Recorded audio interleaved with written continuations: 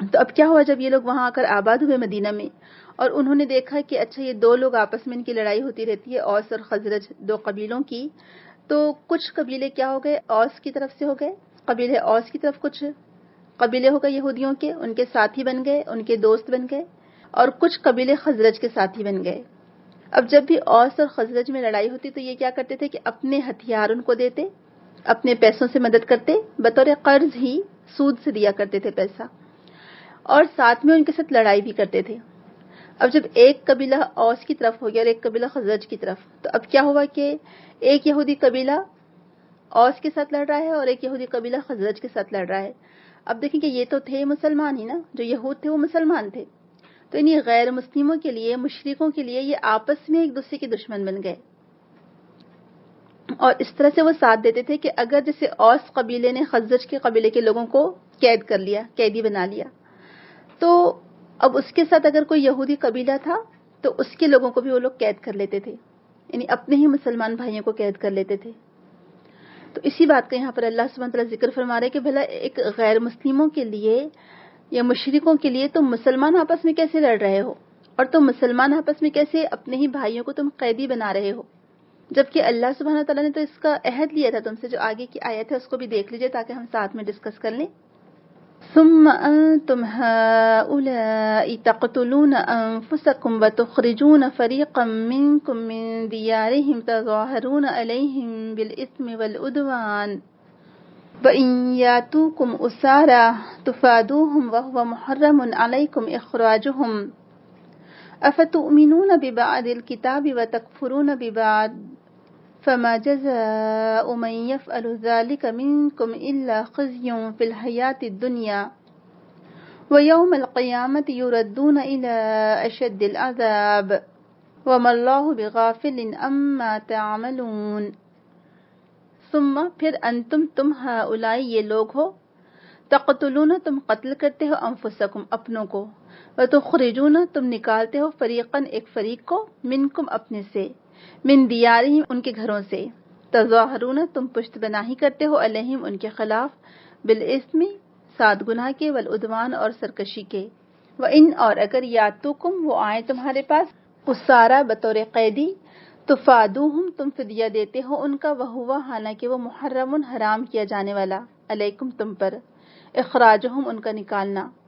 افتؤمنون کیا تو تم ایمان رکھتے ہو، ببعض بعض پر، الکتاب کتاب کے، وتکفرون اور تم انکار کرتے ہو، ببعض بعض کا، فما تو نہیں جزا من یفعل جو وہ کرتا ہے، ذالک وہ، منکم تم میں سے، الا مگر خزی رسوائی، فی الحیات الدنیا دنیا کی زندگی میں، ویوم القیامتی اور یوم قیامت، یردون وہ لوٹائے جائیں گے، الا طرف اشد العذاب شدید عذاب کے، وَمَا اللَّهُ اور نہیں اللہ سبحانہ وتعالیٰ بغافل غافل اما اس سے جو تعملون تم عمل کرتے ہو.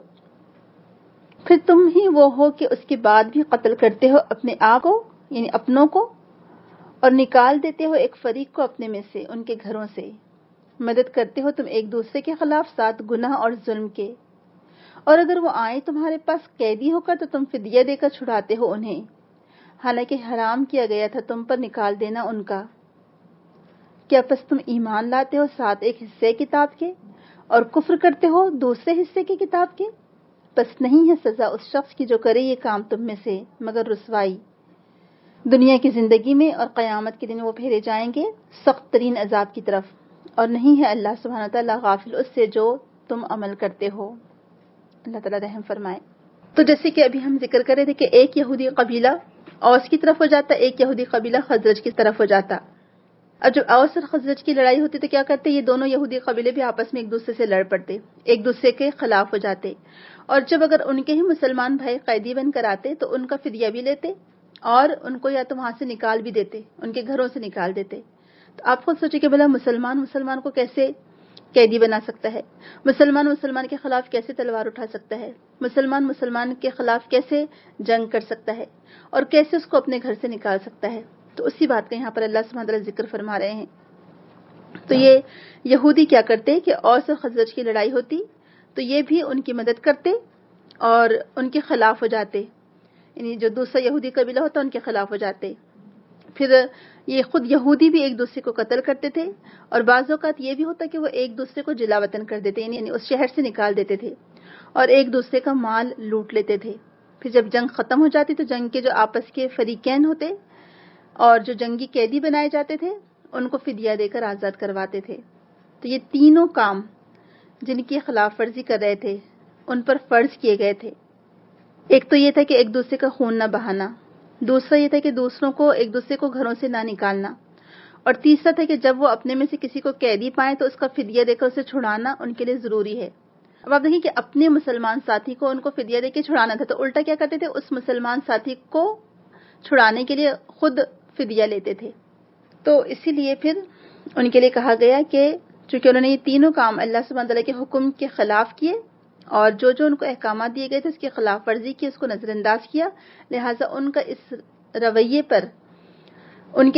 پر اللہ تعالیٰ نے ان کی یہاں پر ان کی نافرمانی کا ذکر کیا کہ افتؤمنون ببعض الکتاب وتکفرون ببعض، کہ تم کتاب کے ایک حصے پر ایمان لاتے ہو اور ایک حصے کا انکار کرتے ہو، یعنی ایک حصے پر ایمان لانا اس سے مراد ہے قیدیوں کی رہائی کے لیے فدیہ دینا، وتکفرون ببعض، اور دوسرے حصے کے ساتھ کفر کرتے ہو، اس سے مراد ہے کہ ایک دوسرے کو قتل کرنا اور ایک دوسرے کو گھروں سے نکالنا۔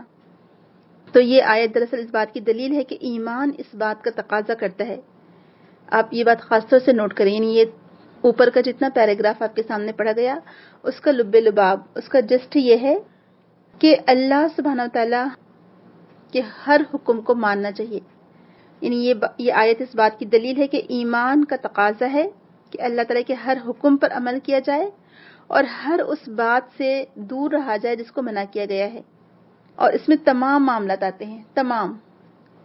ایک مسلمان کی زندگی جب شروع ہوتی ہے کتاب کے ہر حصے پر، ہر حکم پر اس کو عمل کرنا ضروری ہے، جو جو احکامات دیے گئے ہیں قرآن اور سنت میں اس کو بجا لانا، اس پر عمل کرنا ضروری ہے، اور جن جن کاموں سے منع کیا گیا ہے کتاب اور سنت میں ان سب سے رکنا ضروری ہے۔ ہم ایسا نہیں کر سکتے کہ ایک بات پر تو عمل کریں، اچھا کتاب میں لکھا ہوا ہے نماز پڑھو تو ہم نماز پڑھ لیں، لیکن کتاب میں لکھا ہوا ہے زکوٰۃ دو تو زکوٰۃ تو ہم اپنی مرضی سے دیتے ہیں۔ آج مسلمانوں میں کتنی چیزیں ایسی پائی جاتی ہیں، آپ خود دیکھیے، آپ خود اپنا تجزیہ کریے، آپ خود اپنے معاشرے پر، سوسائٹی پر نظر ڈالیے اور پھر سوچیے کہ آج ہمارے مسلمانوں میں سے کتنے لوگ ہیں ایسے کہ جو کتاب کے بعض حصے پر ایمان لاتے ہیں اور بعض حصے کو چھوڑ دیتے ہیں، جو آسانی والی بات ہے وہ مان لیتے ہیں اور جو مشکل والی بات ہے وہ چھوڑ دیتے ہیں، جیسے کہ نماز پڑھنا۔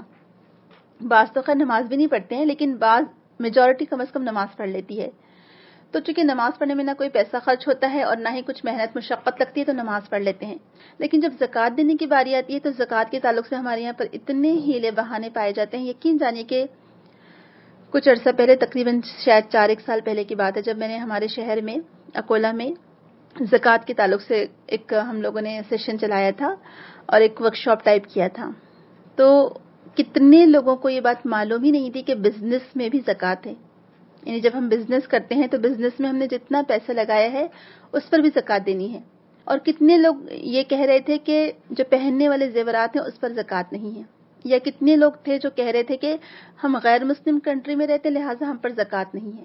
یہ تو حکومت کا کام ہوتا ہے زکوٰۃ لینا، چونکہ ہم نان مسلم کنٹری میں لہٰذا ہمارے پاس اگر بینک بیلنس بھی ہے تو بھی زکوٰۃ نہیں ہے۔ اور کتنے لوگ ایسے ہیں جو ہیلے بہانے سے اپنا مال یا اپنا پیسہ دوسرے کے نام کر دیتے ہیں سال ختم ہونے سے پہلے تاکہ زکوٰۃ ہم کو نہ دینی پڑے، یعنی بیوی ہے تو شوہر کے نام، شوہر ہے تو بیوی کے نام کر دیتے ہیں۔ تو یہ کیا ہوا کہ کتاب کے ایک حصے پر ایمان لانا ہوا اور ایک حصے کا انکار کرنا ہوا۔ پھر جمعہ کا آپ دیکھیں، پچھلی دفعہ بھی ہم نے پڑھا تھا کہ ہم نے جمعہ کے دن بہت ساری چیزیں ایسی کر لی ہیں، جو جمعہ کی نماز ہے کہ جمعہ کے خطبے کے وقت کہا جاتا ہے کہ کاروبار بند کر دو، لیکن ہمارے یہاں پر کیا ہے، جمعہ کے خطبے میں کاروبار بند نہیں کیے جاتے، جیسے کہ بنی اسرائیل نے کیا تھا۔ بنی اسرائیل نے کیا کیا تھا کہ وہ مچھلیاں سیٹرڈے نہیں پکڑتے تھے، وہ مچھلیوں کے لیے فرائیڈے نائٹ میں ہی جال ڈال دیتے تھے اور سنڈے مارننگ وہ جال کو نکال لیتے تھے تو مچھلیاں آ جاتی تھی اس میں، یا گڑھے کھود دیتے تھے اور گڑھوں میں جب پانی آتا تو مچھلیاں بھی پھنس جاتی تھیں۔ تو ایسے ہی ہم نے جمعہ کے خطبے کے ساتھ کیا کہ جمعہ کا خطبہ ہوتا ہے تو کہتے ہیں کہ وہ عربی کا خطبہ ہمارے کام کا تو نہیں ہے، یا جو خطبہ دیا جا رہا ہے وہ مین خطبہ نہیں ہے، جو عربی میں وہ جو 5-6 الفاظ یا 5-6 سینٹنس پڑھتے ہیں امام صاحب اس کو خطبہ سمجھتے ہیں ہمارے یہاں۔ بہت بڑی غلط فہمی ہے یہ، خطبہ وہ نہیں ہوتا، خطبہ وہ ہوتا ہے جس میں واعظ اور نصیحت ہوتی ہے، جیسے کہ آپ صلی اللہ علیہ وسلم صرف اللہ تعالیٰ کی حمد و ثنا بیان کر کے نماز نہیں شروع کر دیتے تھے، بلکہ آپ صلی اللہ علیہ وسلم خطبے میں حالت حاضرہ پر ڈسکس کرتے تھے، لوگوں کو نصیحت کرتے تھے۔ تو ہمارے یہاں پر خطبے میں جاتے نہیں ہیں، کاروبار کرتے رہتے ہیں، 1 بجتا ہے دیکھتے رہتے ہیں بس گھڑی کی طرف، 1 بجا بھاگ دوڑ کر کے پہنچے مسجد میں، بس وہ 2 منٹ کا خطبہ سنا جو عربی کا ہوتا ہے ذرا سا، اور بس نماز میں شامل ہو گئے، تحیۃ المسجد نہیں پڑھتے، جبکہ آپ صلی اللہ علیہ وسلم نے خطبے کے دوران کہا تھا صحابہ سے، ایک صحابی آئے تو آپ نے کہا کہ ہلکی ہی صحیح 2 رکعت تحیۃ المسجد پڑھ لو، اور خطبے میں یہ حکم ہے کہ تحیۃ المسجد کے علاوہ کوئی نماز نہیں پڑھی جائے گی۔ ہمارے یہاں پر سنتیں پڑھی جاتی ہیں خطبے کے دوران، غلط ہے، یہ نہیں پڑھنا چاہیے۔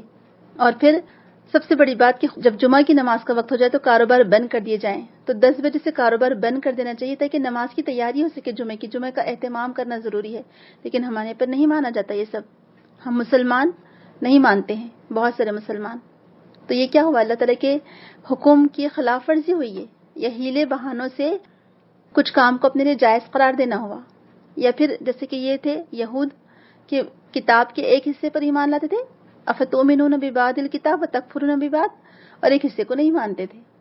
تو آج ہمارے پر کتنی چیزیں، آپ خود سوچئے، جو 2-3 چیزیں میرے ذہن میں آپ سے وہ ڈسکس کروں گی، لیکن آپ کے ذہن میں ہو سکتا ہے اس سے زیادہ چیزیں ہوں۔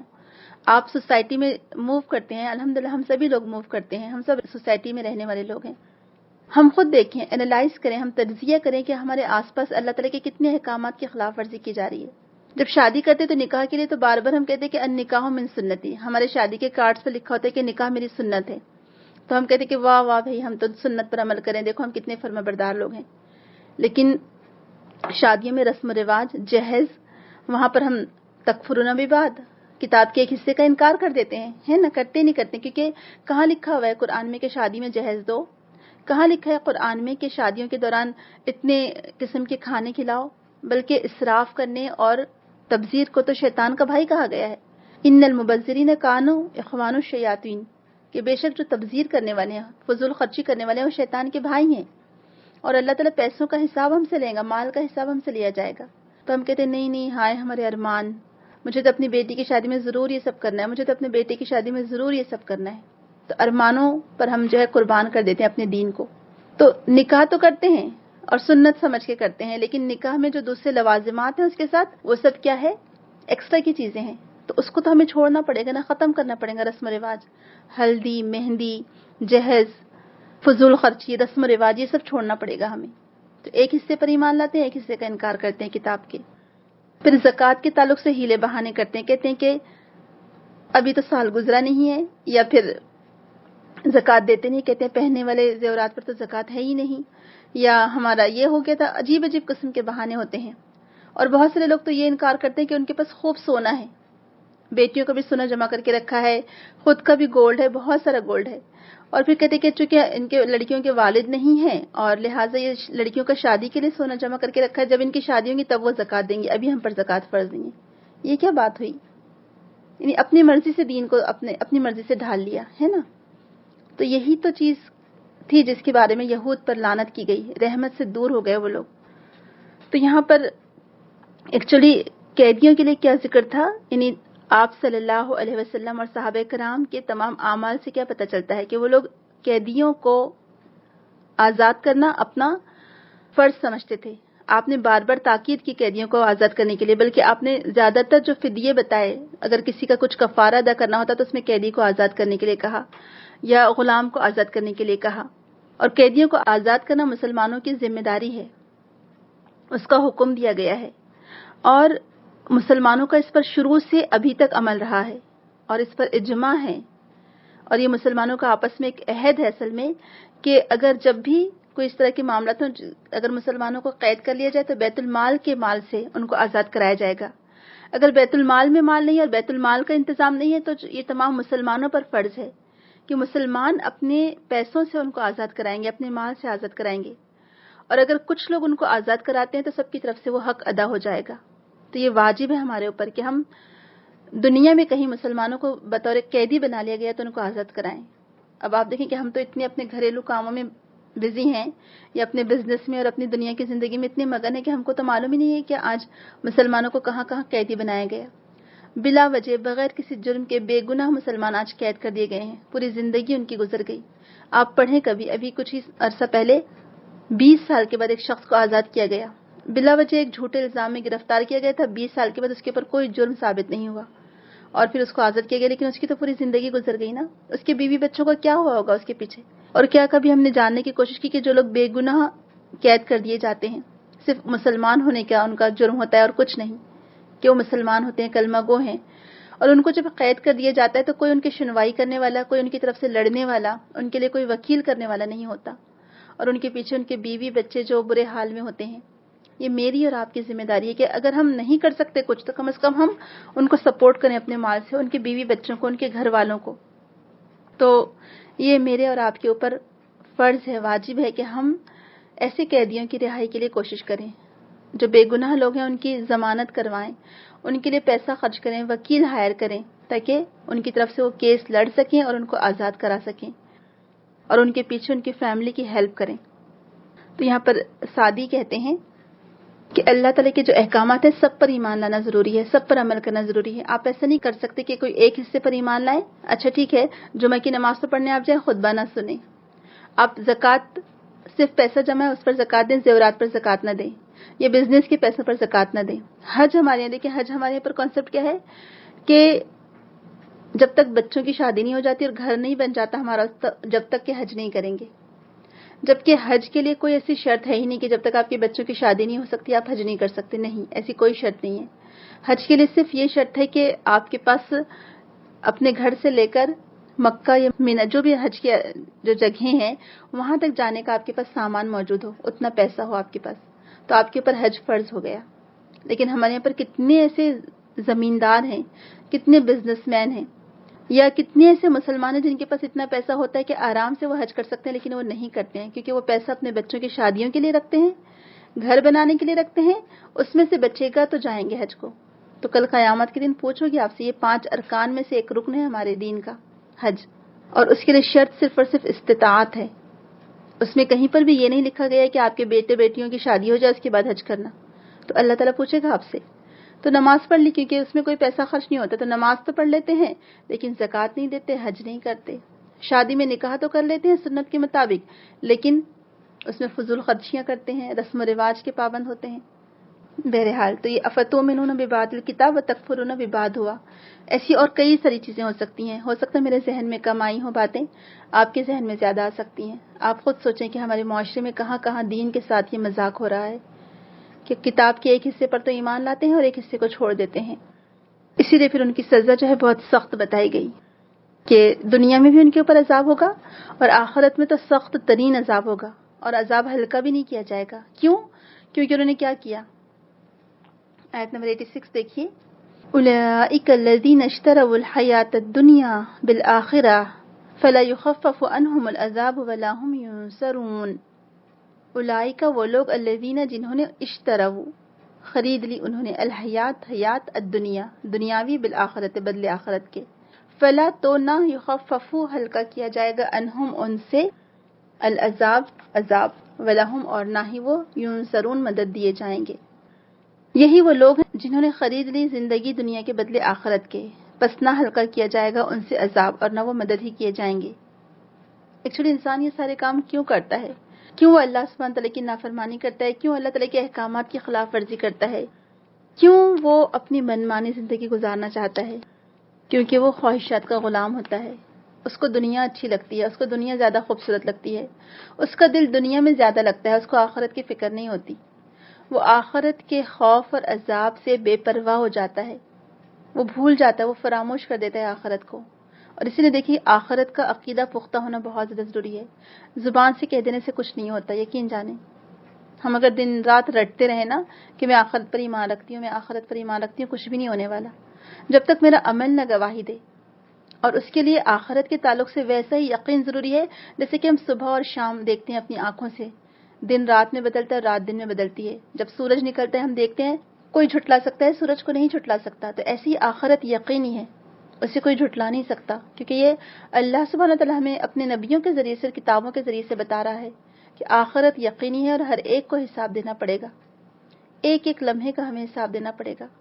تو جن لوگوں کو دنیا بہت محبوب ہو جاتی ہے، جو صرف دنیا کی زندگی کو سب کچھ سمجھتے ہیں، یقین جانیے کہ پھر وہ آخرت سے غافل ہو جاتے ہیں. اللہ نہ کرے کہ ہمارے پر دنیا اتنی حاوی ہو جائے کہ ہم آخرت سے غافل ہو جائیں۔ ہم کو ہمیشہ اس بات کا احساس ہونا چاہیے کہ مجھے کل اللہ تعالیٰ کے سامنے کھڑے ہونا ہے، مجھے جواب دینا ہے اپنے ہر عمل کا۔ اور یقین جانیے کہ انسان کو تنہائی میں بھی جو چیز گناہوں سے روکتی ہے اور کسی کا حق مارنے سے، کسی کا حق تلف کرنے سے روکتی ہے، وہ یہی احساس ہے کہ اللہ سبحانہ تعالیٰ کے سامنے اسے کھڑے ہونا ہے، اسے جواب دینا ہے کہ اللہ تعالیٰ مجھ سے پوچھے گا کل قیامت کے دن کہ تم نے یہ اور یہ اور یہ کیوں کیا تھا۔ تو یہ احساس انسان کو ہر گناہ سے، ہر برائی سے دور رکھتا ہے۔ پھر کسی کی بولنے کی ضرورت نہیں ہوتی، کسی کی نصیحت کرنے کی ضرورت نہیں ہوتی، وہ خود اتنا کانشیس ہو جاتا ہے کہ وہ ہر معاملے میں پھر حق کے ساتھ فیصلہ کرتا ہے، انصاف کے ساتھ فیصلہ کرتا ہے۔ تو یہ بہت زیادہ ضروری ہے۔ تو اس لیے یہاں پر ان کے لیے کہا جا رہا ہے کہ ان کے اوپر دنیا حاوی ہو گئی تھی، ان لوگوں نے دنیا کی زندگی کو خرید لیا تھا آخرت کے بدلے۔ اور اس سے مراد کیا ہے؟ بار بار ہم جو ذکر پڑھتے ہیں نا کہ الذین اشتروا الحیات الدنیا بالآخرہ، کہ اللہ تعالیٰ یہاں خبر دے رہے ہیں ہمیں کہ انہوں نے جب اللہ تعالیٰ کی ایک کتاب کے ایک حصے پر ایمان لائے اور ایک کا انکار کر دیا، کیوں؟ یہ اس لیے ہوا کہ ان کو دنیا کی زندگی محبوب ہو گئی تھی۔ انسان کب اللہ تعالیٰ کی آیات کا انکار کرتا ہے، کب احکامات سے منہ موڑتا ہے؟ جب اسے دنیا محبوب ہو جاتی ہے، جب اس کے لیے سب کچھ دنیا بن جاتی ہے۔ تو انہوں نے کیا کیا تھا؟ اللہ تعالیٰ کی کتاب کے ایک حصے کا انکار کر دیا تھا۔ کیوں؟ کیونکہ ان کو دنیا پسند، ان کو دنیا کی رنگینیاں چاہیے تھا، ان کو دنیا کی زندگی محبوب تھی، وہ دنیا کے پیچھے پڑ گئے تھے، دنیا حاصل کرنے کے پیچھے۔ تو میں اور آپ ہم سب غور کریں، اپنا ہم جائزہ لیں کہ مجھے اور آپ کو بھی کہیں ایسا تو نہیں کہ دنیا بہت زیادہ محبوب ہو گئی ہو، اللہ نہ کرے۔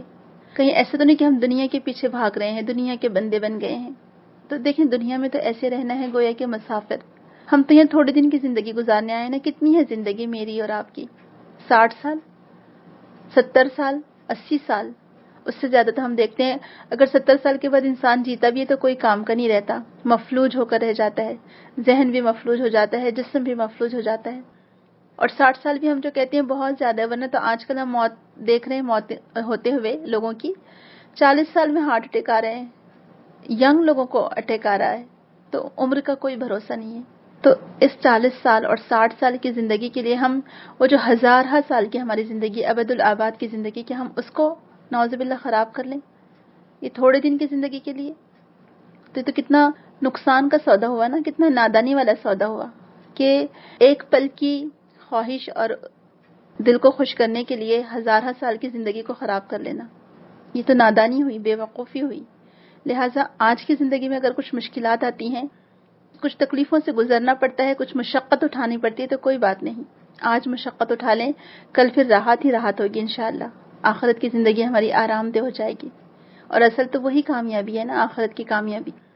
تو انہوں نے دراصل دنیا کی زندگی کو خرید لیا تھا آخرت کے بدلے، اور یہ کس لیے ہوا کہ وہ اللہ تعالیٰ کی کتاب کے ایک حصے پر ایمان لاتے تھے اور ایک حصے کا انکار کرتے تھے۔ تو اسی لیے ان کے لیے کہا جا رہا ہے کہ ان کو رسوائی کا سامنا کرنا پڑے گا۔ اور دنیا میں کیا ہوا ان کے اوپر عذاب؟ کہ اللہ تعالیٰ نے اپنے رسول کو غلبہ عطا کیا الحمدللہ، اور یہودیوں کو وہاں سے نکلنا پڑا۔ دنیا میں تو عذاب یعنی رسوائی ان کو جھیلنی ہی پڑی، نکالے گئے وہاں سے، وہ کسی کو غلام بنا لیا گیا، کسی کو جلا وطن کر دیا گیا، اور قیامت کے روز سخت عذاب ان کو دیا جائے گا۔ یعنی جو قیامت کے دن کا عذاب ہوگا وہ اس دنیا کے عذاب سے بھی بڑھ کر ہوگا۔ استغفر اللہ، اللہ تعالیٰ ہم سب کو محفوظ رکھے۔ اور وہ سبب اصل میں کیا تھا جس کی بنا پر ان کو یہ عذاب دیا جائے گا؟ کیونکہ انہوں نے دنیا کی زندگی کو خرید لیا تھا۔ یعنی وہ کیا کرتے تھے؟ اپنے ہی لوگوں کو، اپنے ہی مسلمانوں کو، ان کی مدد نہیں کرتے تھے، مسلمانوں کو قتل کرتے تھے یا ان کو گھر سے نکالتے تھے۔ تو اللہ نہ کرے کہ ہم اپنے ہی کسی مسلمان بھائی کو تکلیف دینے والے بنے۔ آپ دیکھیں، اسی لیے جو قیدیوں کے تعلق سے اور غلاموں کے تعلق سے جو احکامات ہیں ہمارے دین میں، یقین جانیے کہ جو فقہ کی کتابیں آپ دیکھیں گے تو فقہ میں کئی والیومز ہیں جس میں صرف قیدیوں اور غلاموں کے تعلق سے احکامات ہیں۔ آپ کو کوئی سبجیکٹ کے تعلق سے اتنی لمبی بحث نہیں ملے گی، اتنی باریک باریک باتیں ہیں کہ جو غلام ہوتا ہے، کون سا غلام، جو مولا ہے، آزاد کردہ غلام، یا وہ غلام جس نے اپنا خود کا سودا کر لیا ہو کہ وہ آزادی چاہتا ہے، جس کو ہم مکاتبت کہتے ہیں۔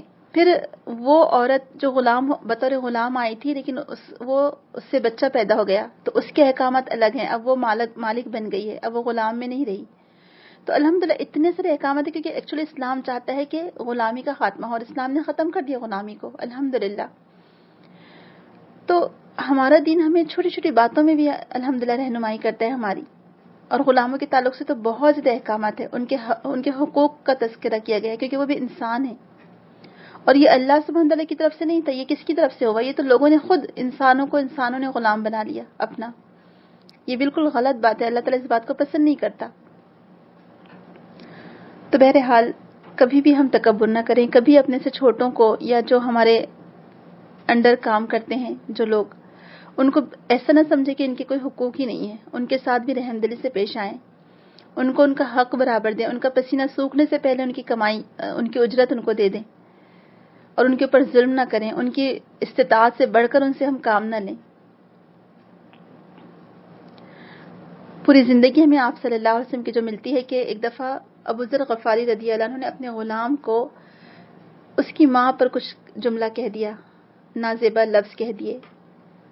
یقین جانے کہ جب اللہ کے رسول صلی اللہ علیہ وسلم کو پتہ چلا تو آپ نے کہا کہ کل یہی غلام تمہارے اوپر ہوں گے اور اللہ تعالیٰ ان کو اجازت دے دے گا کہ تم بھی ان کے ساتھ وہی کرو جو انہوں نے تمہارے ساتھ کیا تھا. تو ابو ذر غفاری رضی اللہ عنہ اتنا ڈر گئے اور معافی مانگی اللہ تعالیٰ سے, اور غلام سے کہا, جس غلام کو انہوں نے وہ لفظ کہتے کہا تھا کہ تم جب تک کہ اپنا پیر میرے گال پر نہ رکھ دو گے میں یہاں سے نہیں اٹھوں گا. سوچیں کتنا ڈر تھا. اور اس کے بعد ایک صحابی کہتے ہیں, صحابی نہیں تابعی کہتے ہیں, جب وہ یہ غلام والی حدیث بیان کرتے ہیں ابو ذر غفاری کی, تو وہ کہتے ہیں کہ میں نے دیکھا 2 لوگوں کو, اور اس میں سے جو مالک لباس پہنا ہوا تھا سیم وہی لباس غلام پہنا ہوا تھا. تو میں بہت حیران ہوا, اور انہوں نے اس بات کا ذکر حدیث میں کیا. تو میں نے پوچھا کہ یہ کون ہے, تو کہا کہ یہ ابو ذر غفاری ہیں. اور پھر جب سے ان کا غلام کے ساتھ یہ معاملہ ہوا تھا, اس کے بعد سے وہ غلام کو اپنے جیسا لباس پہناتے تھے اور سیم وہی کھانا کھلاتے تھے جو خود کھاتے تھے. آپ دیکھیں صحابہ کرام کتنی جلدی وہ پریکٹیکلی تمام کام کتنی جلدی وہ اللہ کے رسول کے احکامات کی پیروی کرتے تھے, کتنی جلدی بات مان لیتے تھے, اور اس پر ساری زندگی وہ عمل کرتے رہے. آج آپ بتائیں کہ آج ہمارے یہاں پر ہمارے کام کرنے والوں کے ساتھ ہمارا کیا رویہ ہوتا ہے کہ ہمارے بیٹھنے کی جگہیں اور ہوتی ہیں, ان کے بیٹھنے کی جگہیں اور ہوتی ہیں. ہمارا پینے کا گلاس کچھ اور, ان کا پینے کا گلاس کچھ اور. یہ ڈسکرمنیشن ہے. یہ کیوں ہوا؟ ہم سب انسان ہیں, ہم سب کے برابری کے حقوق ہیں. ہاں, اللہ سبحانہ تعالیٰ کے نزدیک اگر کوئی بہتر ہو سکتا ہے تو کون ہو سکتا ہے؟ جو تقویٰ میں زیادہ ہو, جو سب سے زیادہ اللہ تعالیٰ سے ڈرنے والا ہوگا, وہ اللہ تعالیٰ کے نزدیک زیادہ پسندیدہ ہوگا. لیکن ہم نے کرائیٹیریا کچھ اور بنا لیے ہیں. اب ہم لوگوں کو مال و دولت کی بنا پر پرکھتے ہیں. جس کا سب سے زیادہ بڑا عہدہ ہوگا, جو ہائی اسٹیٹس کا مالک ہوگا, وہ ہمارے نزدیک زیادہ عزت والا ہے. جو بیچارہ چھوٹے موٹے کام کرنے والا ہے, اس کی ہمارے نزدیک کوئی ویلیو نہیں ہے. تو یہ غلط ہے طریقہ. یہ یہود بھی ایسے ہی کیا کرتے تھے, اور اس زمانے کے مشرکین کا بھی یہی حال تھا. کہتے تھے کہ یہ غلاموں کو, ان کو ہمارے ساتھ نہ بٹھاؤ, یہ اور ہم ساتھ نہیں بیٹھ سکتے, ان کو ہٹاؤ تو ہم آئیں گے. تو اللہ تعالیٰ نے فرمایا کہ بالکل نہیں, آپ دور نہیں کر سکتے ان لوگوں کو. وَلَا تَعْدُ عَيْنَاكَ, آپ بالکل ان کو اپنی آنکھوں سے دور نہ کریے. وَلَا تَطْرُدِ الَّذِينَ کا لفظ آتا ہے کہ نہ آپ دور پھینکیں, نہ آپ دور کریں ان لوگوں کو جو صبح شام اللہ تعالیٰ کو پکارتے ہیں. تو جو بڑے بڑے متکبر ہیں, اتنے بڑے بڑے مالدار لوگ ہیں, اللہ تعالیٰ کو بالکل پسند نہیں ہے. اللہ تعالیٰ کو تو وہ لوگ پسند ہیں جو اللہ سبحانہ تعالیٰ کو صبح شام پکارتے ہیں, جن کے اندر عاجزی اور نرمی پائی جاتی ہے. تو ایسے لوگوں کے ساتھ ہمارا رویہ کیسا ہے, ہم خود دیکھیں, ہم خود جانچیں اپنے آپ کو, ہم خود پرکھیں کہ کہیں ہم اس طرح سے, جو امیر لوگ ہیں ان کی تو بہت واہ تو نہیں کرتے, اور جو غریب لوگ ہیں ان کو ہم اس طرح سے بے عزت تو نہیں کرتے. تو ہم خود اپنے آپ کو دیکھیں. بہرحال آگے آئیے.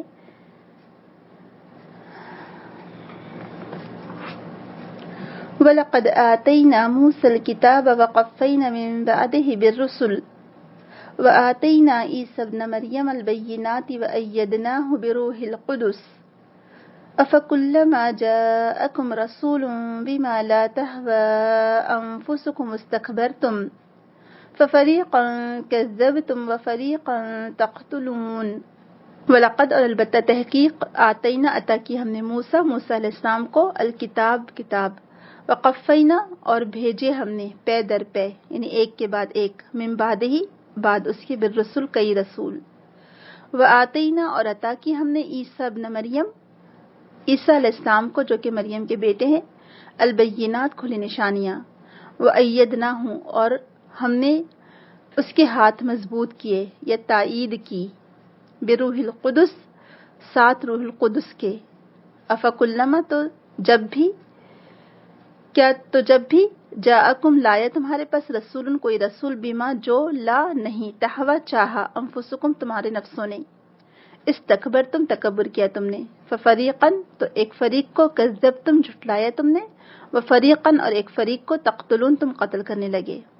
یعنی جو خواہشات کے غلام تھے تو جب بھی ان کی مرضی کے خلاف کوئی رسول نے کوئی بات لے کر آئی تو انہوں نے کیا کیا، اس رسول کو ہی جھٹلا دیا یا اس کو قتل کر دیا، استغفر اللہ۔ اور تحقیق دی ہم نے موسیٰ علیہ السلام کو کتاب، اور پے در پے بھیجے ہم نے بعد اس کے رسول، اور دیے ہم نے عیسیٰ ابن مریم کو واضح دلائل، معجزات، اور قوت دی ہم نے اس کو ساتھ روح القدس کے۔ کیا پس جب بھی آیا تمہارے پاس کوئی رسول ساتھ اس چیز کے جس کو نہ چاہتے تھے تمہارے نفس، تو تکبر کیا تم نے، پھر ایک فریق کو جھٹلایا تم نے اور ایک فریق کو قتل کرتے رہے تم۔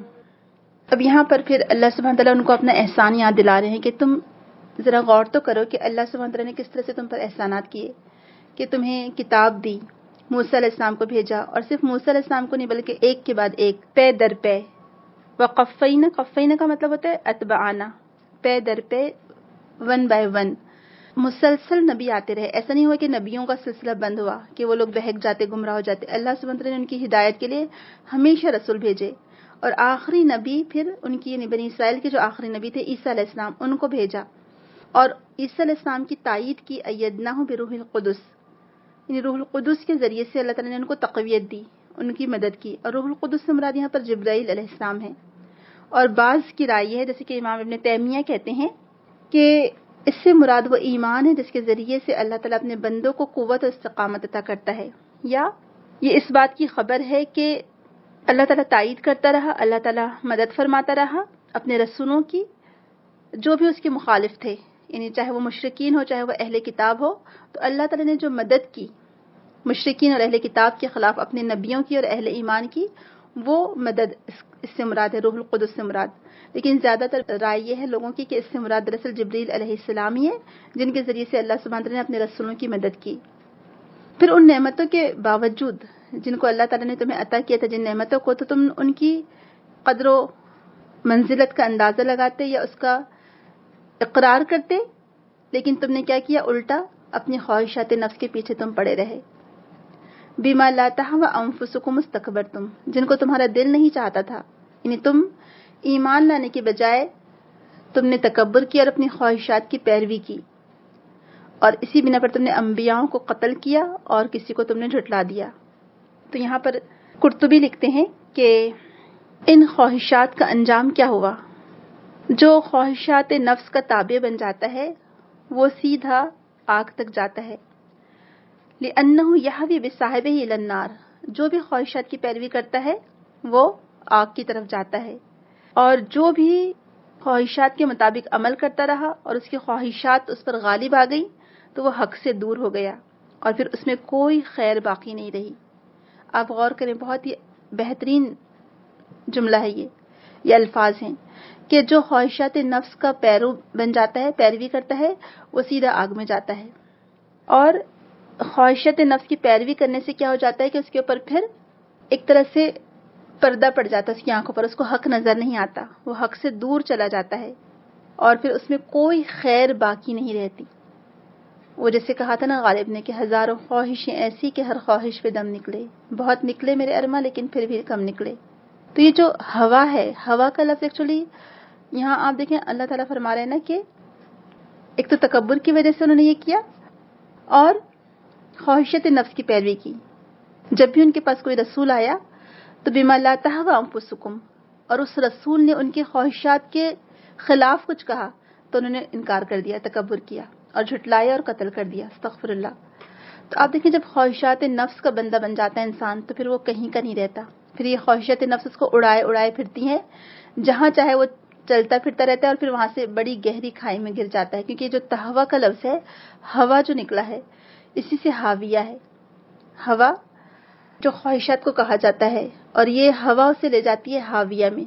تو حاویہ جہنم کی ایک وادی کا نام ہے جہاں پر خواہشات کی پیروی کرنے والے وہ لوگ ڈالے جائیں گے، اور یہ بہت گہری کھائی اور گڑھا ہے۔ اور دیکھیں نا کہ جب انسان کہیں پر اس کو جب بلند مقام حاصل کرنا ہوتا ہے تو بہت محنت اور مشقت سے وہ چڑھتا ہے اوپر، بہت تکلیف دہ مراحل سے گزرتا ہے، اور تب کہیں جا کر وہ ایک اونچا مقام حاصل کرتا ہے۔ لیکن جب اسے ذرا سی ایک ٹھوکر لگتی ہے، وہ گرتا ہے نا، تو ایک ذرا سی ٹھوکر بھی کافی ہوتی ہے۔ تو جب جیسے انسان خواہشات کے پیچھے پڑتا ہے تو اسے وہ خواہشات کیا کرتی ہے، کہاں لے جاتی ہیں؟ سیدھا گڑھے میں گرا دیتی ہیں۔ ایک ٹھوکر، ایک خواہش کی پیروی۔ تو اس لیے کبھی خواہش کا بندہ نہیں بننا چاہیے انسان نے۔ خواہشات انسان کو کہیں کا نہیں رہنے دیتی، اور اس کے اندر انسان کے اندر وہ کردار، وہ اخلاق باقی نہیں رہتا اگر وہ خواہشات کا بندہ بن جائے۔ تو اسی لیے تو خواہشات کو کنٹرول کرنا ہمیں سکھایا گیا۔ ہمارا دین کیا ہے؟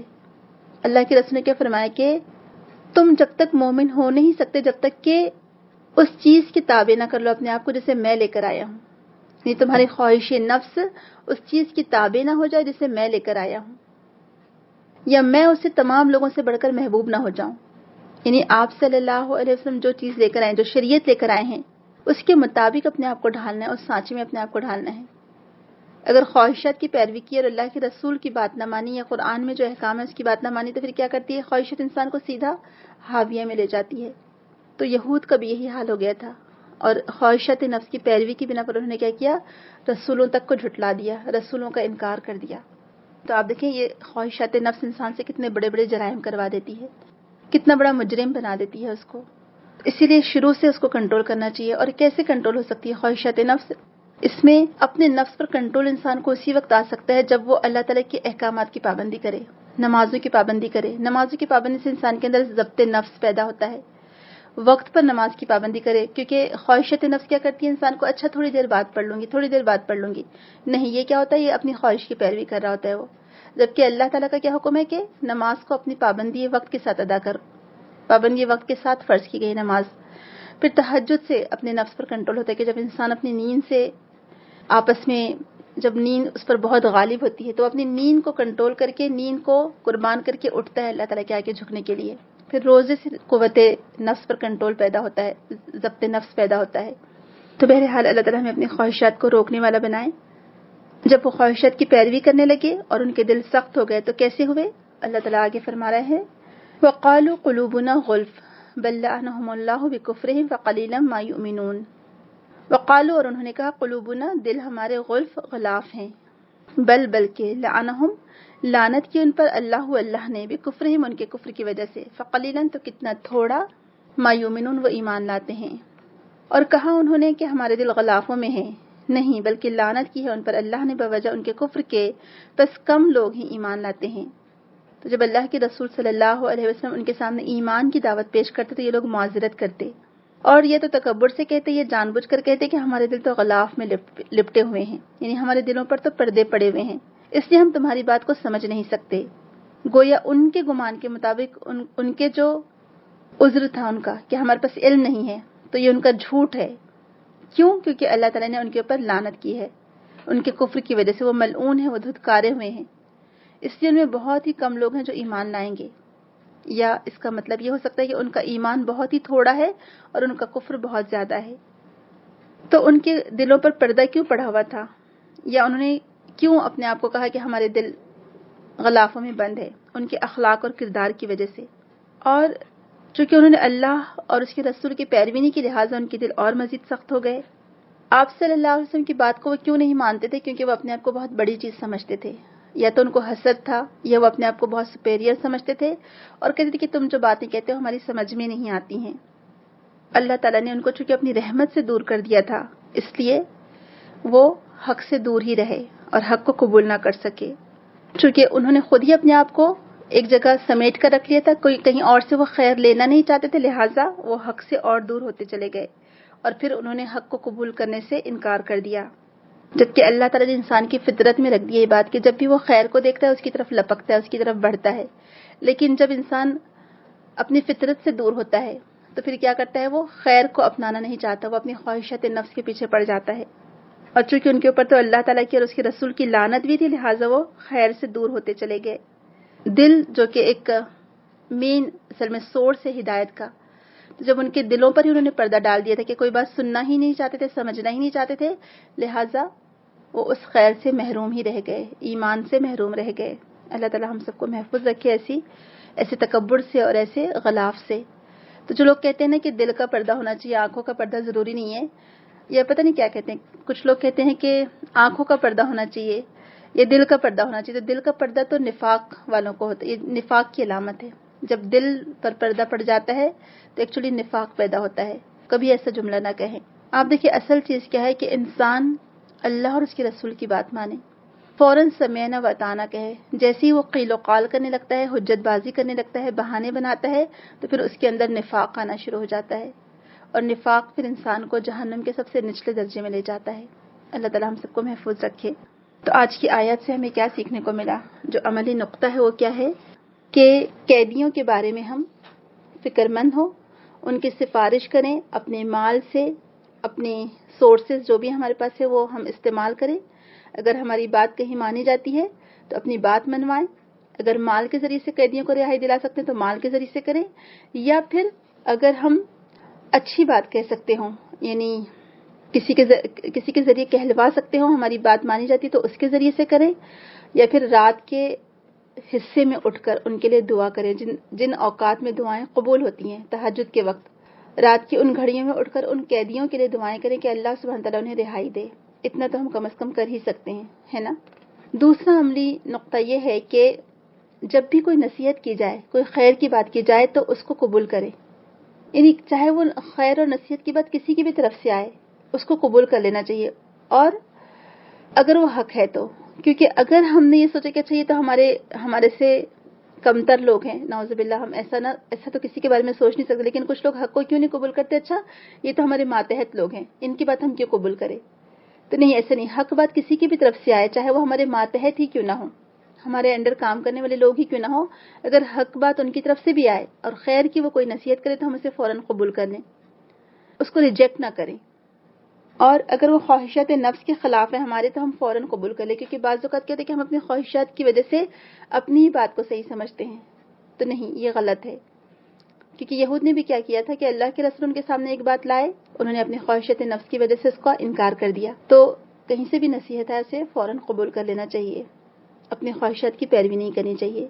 اور تیسرا عملی نقطہ ہے کہ جب بھی کوئی حکم آئے اور جب بھی ہمارے خواہشات نفس کے خلاف بھی اگر کوئی بات آ رہی ہے لیکن اللہ تعالیٰ کا حکم ہے تو ہمیں فوراً آمنا و صدقنا کہنا چاہیے کہ رضیت باللہ ربًا وبمحمد صلی اللہ علیہ وسلم رسولا وبالاسلام دینا، کہ میں اس بات پر راضی ہو گیا کہ اللہ ہی میرا رب ہے، محمد صلی اللہ علیہ وسلم میرے رسول ہیں، اور اسلام میرا دین ہے، فوراً کہنا چاہیے۔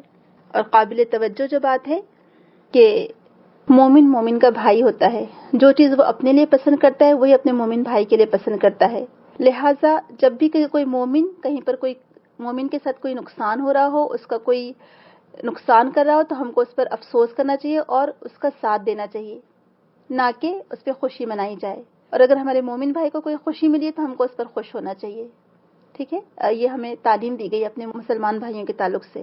اور پھر ایمان کیا ہے، یعنی جو کامل ایمان ہے وہ کیا ہے کہ اللہ سبحانہ تعالیٰ کے پورے احکامات کو فالو کیا جائے، یہ نہیں کہ بعض پر تو ایمان لا لیا اور بعض کا انکار کر دیا، یہ اپنے عمل سے ظاہر کر دیا کہ اچھا ٹھیک ہے نکاح تو ہم نے کر لیا سنت کے مطابق، لیکن اب فضول خرچی کریں گے اور رسم رواج کریں گے اپنی خواہشات کے مطابق۔ نہیں، ایسا نہیں۔ ایمان وہ ہے جس پر آپ پوری طرح سے اللہ تعالیٰ کے ہر احکام پر ادخلوا فی السلم کافہ والی بات ہے کہ آپ بازار میں بھی ہے تو مومن ہے، آپ ایک شادی ہال میں بھی ہے تو ایک مومن ہے، اور آپ اگر اپنی تنہائی میں گھر میں ہے تو بھی مومن ہے، تو آپ کو اس ایمان کے تقاضے کو پورا کرنا پڑے گا۔